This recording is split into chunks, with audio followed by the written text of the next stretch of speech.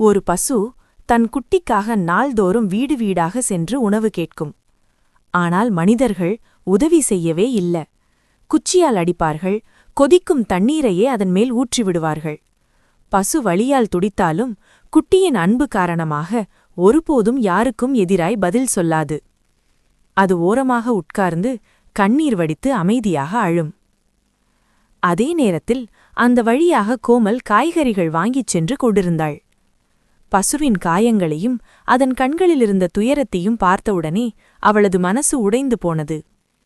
கண்களில் நீர்த்துளிகள் வழிந்தன. அவள் கையிலிருந்த காய்கறிகளை பசுவின் முன்னால் வைத்துவிட்டாள்.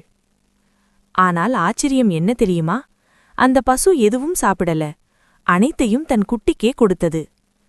பசி, துன்பம், வலி எல்லாவற்றையும் தாங்கிக் கொண்டு இறுதி வரை தன் குழந்தைக்காகத்தான் வாழ்ந்தது.